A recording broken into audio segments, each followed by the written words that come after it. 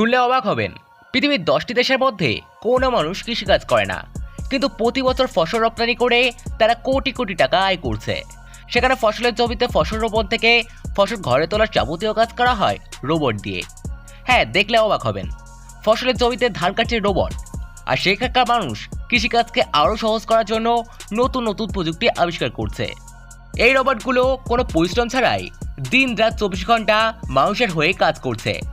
এই ভিডিওতে দেখতে চলেছেন এমন 10টি দেশ যেখানে মানুষ কৃষিকাজ ছেড়ে রোবট চালানো শিখছে এবং রোবটের দ্বারা অটোমেটিক কৃষিকাজ হচ্ছে।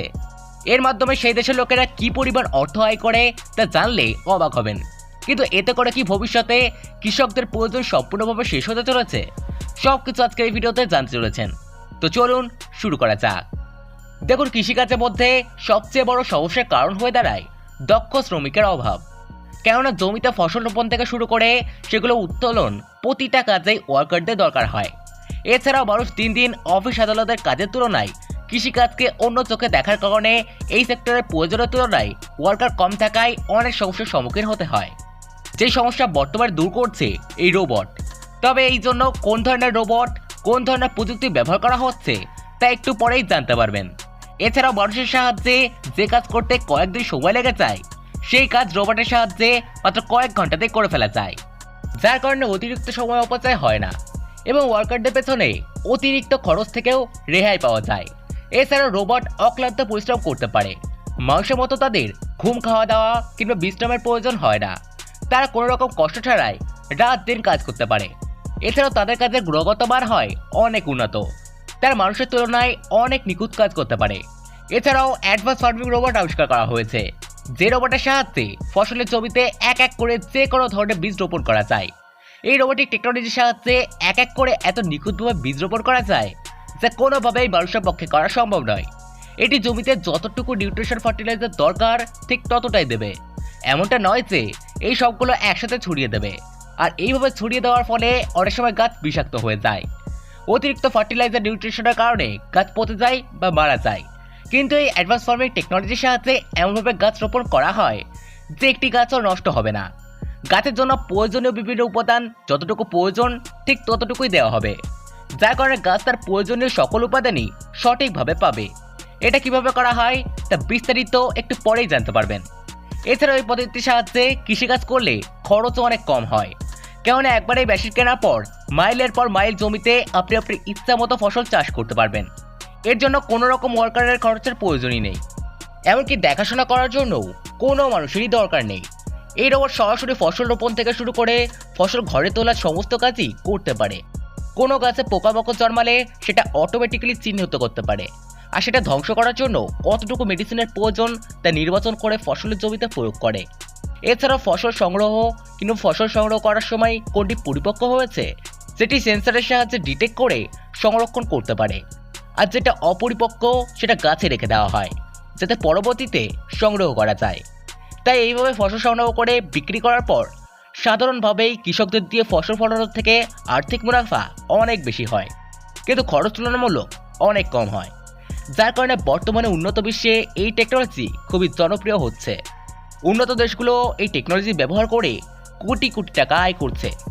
এছাড়াও তারা এই টেকনোলজিকে আরও উন্নতভাবে কাজে লাগানোর পদ্ধতি শিখেছে, কারণ এই টেকনোলজির সাহায্যে তারা এমন এমন তথ্য সংগ্রহ করতে পারে যেগুলো কৃষিকাজে লাভবান হওয়ার জন্য খুবই গুরুত্বপূর্ণ। কারণ এই রোবট তাদেরকে অনেক তথ্য দেয়, যেমন তাদের মাটি কোন ধরনের, এই ধরনের ফসল রোপণের পর পরবর্তী ফসল রোপণের জন্য কোন ধরনের নিউট্রিশন দরকার, কোন ধরনের ফসল এই জমিতে সবচেয়ে ভালো হবে, ফসলের কোন কোন সমস্যা রয়েছে তার সমাধান কি, কোন প্রযুক্তি ব্যবহারে সবচেয়ে বেশি ফসল পাওয়া সম্ভব, এই ধরনের বিভিন্ন তথ্য দিয়ে থাকে। যেই কৃষকের বছরের পর বছর ধরে জমির সাথে সম্পর্ক, যার রয়েছে অনেক দিনের অভিজ্ঞতা, তার চেয়েও কয়েক গুণ বেশি অভিজ্ঞ এই রোবট। এর মাধ্যমে কৃষকেরা সবচেয়ে বেশি লাভবান হচ্ছে এর দেওয়া তথ্যগুলোর মাধ্যমে। তাই উন্নত দেশগুলোতে বড় বড় জমি করে সেখানে ফসল ফলানো হচ্ছে রোবটের সাহায্যে, এবং কোনো রকম কাজ না করেই বসে বসে কোটি কোটি টাকা আয় করছে তারা, যার কারণে সেই সমস্ত দেশে এই ধরনের রোবটের চাহিদা দিন দিন বেড়েই চলেছে। এই রোবট কিভাবে আর কোথায় কোথায় কাজ করে দেখুন।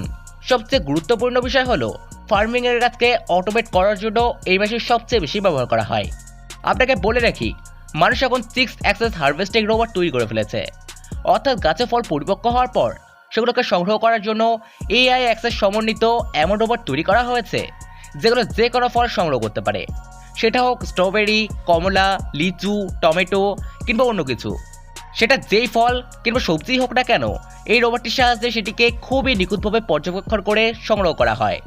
গাছের মধ্যে থাকা সবজি কিংবা ফল ঠিকভাবে পরিপক্ক হয়েছে কিনা সেটা এআই টেকনোলজির সাহায্যে এই রোবট ভালোভাবে চেক করতে পারে।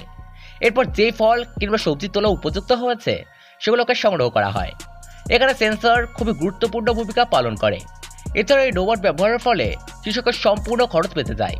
এছাড়াও কাজ হয় নিখুঁত। দেখুন, আমরা জমিতে যে ধরনের ফসল রোপণ করি না কেন, তার পাশাপাশি কিছু আগাছা তৈরি হয় যা আমাদের নির্দিষ্ট ফসলের ভাগের পুষ্টি উপাদান জমি থেকে শুষে নেয়, যার কারণে ফসল উপযুক্ত পরিমাণের পুষ্টি উপাদান মাটি থেকে সংগ্রহ করতে পারে না, যার কারণে ফলন কম হয়।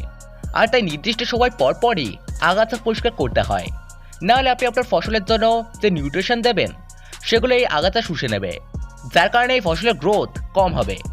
তাই এই আগাছা পরিষ্কার করা খুবই গুরুত্বপূর্ণ। কিন্তু এই আগাছা পরিষ্কার করার জন্য প্রয়োজন হয় ওয়ার্কারের, আর এই ওয়ার্কার রাখতে হলেই অবশ্যই ওয়ার্কারের পারিশ্রমিক দিতে হবে। এছাড়াও সেই ওয়ার্কার দক্ষ হতে হবে, এমনভাবে আগাছা পরিষ্কার করতে হবে যাতে নির্দিষ্ট ফসলের কোনো ক্ষতি না হয়। কিন্তু সাধারণত দেখা যায় ওয়ার্কাররা একটা নির্দিষ্ট সময় পর্যন্ত কাজ করার পর তার পারিশ্রমিক সম্পূর্ণ নেওয়ার পরও অতটা ভালোভাবে রোবটের মতো কাজ করতে পারে না, যার কারণে ফসলও ক্ষতিগ্রস্ত হয় এবং ওয়ার্কারের পেছনে অনেক টাকাও খরচ হয়ে যায়। কিন্তু এই রোবটের সাহায্যে সেই কাজ হয় খুবই নিখুঁত এবং খুবই দ্রুত। এই রোবটের মধ্যে এমন এই টেকনোলজি রয়েছে যার ফলে এটি ফসলের ভেতর থেকে আগাছা খুঁজে খুঁজে বের করে সেগুলো পরিষ্কার করতে পারে, আর এই সময় ফসলের যাতে কোনো ক্ষতি না হয় তার লক্ষ্য রাখে। এই রোবট দিন রাত 24 ঘন্টা কাজ করতে পারে, যার কারণে আগাছা তৈরি হওয়ার সাথে সাথেই রোবট সেটি স্বয়ংক্রিয়ভাবে পরিষ্কার করে ফেলতে পারে। এছাড়াও রোবট ফসলের জমির উপর দিয়ে উড়ে উড়ে ছবি কালেক্ট করে এবং সেই ছবি অ্যানালিসিস করে বের করে যে কোথায় কোথায় আগাছা তৈরি হচ্ছে, আর সেখানে অন্য একটি রোবট গিয়ে সেই আগাছা পরিষ্কার করে। এতে করে ওয়ার্কারের পেছনে কোনো খরচ করতে হয় না। এছাড়াও জিপিএস টেকনোলজি ব্যবহার করে প্ল্যান্টিং, অর্থাৎ কোন বীজ কোথায় রোপণ করার জন্য উপযুক্ত সেটা খুঁজে বার করে। দুটি বীজের দূরত্ব কত হবে সবই এই রোবট দিয়ে অনুমান করা যায়।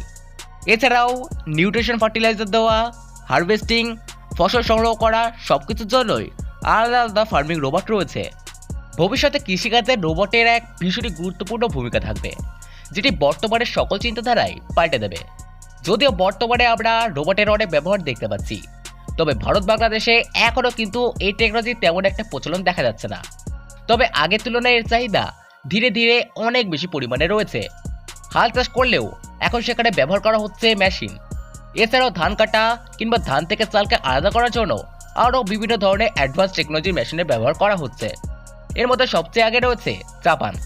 জাপান এমন একটি দেশ যেখানে বিভিন্ন টেকনোলজির জন্ম হয়। তারা এমন এমন মেশিন আর যন্ত্রপাতি তৈরি করে যা বিশ্ববাসী কল্পনাও করতে পারবে না। দেখুন, জাপানে এমন অনেক জমি রয়েছে যেগুলি কৃষিকাজের জন্য তো অতটা উপযুক্ত নয়, অর্থাৎ সেখানকার মাটি ভারত বাংলাদেশের মতো অতটা উর্বর নয়। তাই সেখানে রোবোটিক ফার্মিং টেকনোলজির মেশিন ব্যবহার করা হচ্ছে এবং এই টেকনোলজির সাহায্যে তারা লাভবান হচ্ছে। যদি নেদারল্যান্ডের কথা বলি তাহলে সেখানে গ্রিন হাউস ফার্মিং এবং অটোমেশন প্রযুক্তি ব্যবহার করা হচ্ছে। সেখানকার কৃষকেরা এর দ্বারা অনেক বেশি উপকৃত হচ্ছে। যদি আমেরিকার কথা বলি তাহলে সেটি এমন একটি দেশ যেখানে এই রোবোটিক এগ্রিকালচার পদ্ধতি সবচেয়ে বেশি ব্যবহার করা হচ্ছে। সেখানে ফসলের জমিতে বীজ রোপণ করার জন্য রোবট ব্যবহার করা হচ্ছে ড্রোন, যেটি ফসলের জমির উপর দিয়ে উড়ে উড়ে এটা চিহ্নিত করে যে কোন ফসলের মধ্যে পোকা আক্রমণ করছে এবং সেটাকে কিভাবে ধ্বংস করা যাবে। এছাড়াও হারভেস্টিংয়ের জন্য ব্যবহার করা হয় বড় বড় মেশিন। যদি জার্মানির কথা বলা হয় তাহলে সেখানে খুব শক্তিশালী ইঞ্জিনিয়ারিং সেক্টর রয়েছে, যারা এগ্রিকালচার সেক্টরকে আরও এগিয়ে নিয়ে যাওয়ার জন্য বিভিন্ন পর্যায়ে কাজ করছে। তো বন্ধুরা, ভারত বাংলাদেশেও কি এরকম টেকনোলজির দরকার আছে তা কমেন্ট করে আমাদেরকে অবশ্যই জানাবেন। আর ভিডিওটি ভালো লেগে থাকলে ভিডিওটিকে লাইক করে আমাদের চ্যানেলটিকে অবশ্যই সাবস্ক্রাইব করে নেবেন। তো দেখা হবে আবার নেক্সট ভিডিওতে। ততক্ষণ ভালো থাকবেন। ধন্যবাদ।